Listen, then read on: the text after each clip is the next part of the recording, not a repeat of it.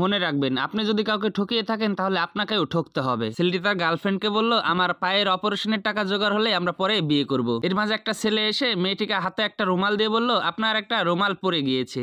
রুমালটা হাতে নিয়ে খুলতে দেখতে পেল, রুমালটা খুলে দেখতে পেল এর ভিতরে একটা চিঠি। চিঠিতে লেখা আছে, তুমি কেন এই পঙ্গুর পিছে পিছে ঘুরতেছো? তুমি এত সুন্দরী নারী, দেখে তো সবাই পাগল হয়ে যাবে।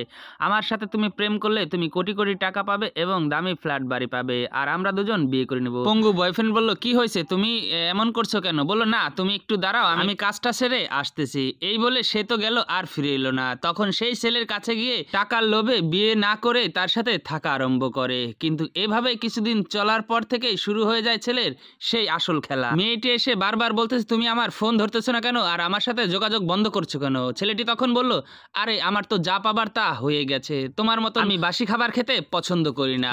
আমার যেটা পাওয়ার সেটা হয়ে গেছে, আর কেন তোমার সাথে কথা বলা বাদ দিয়েছি তুমি এখন বুঝতে পারছো?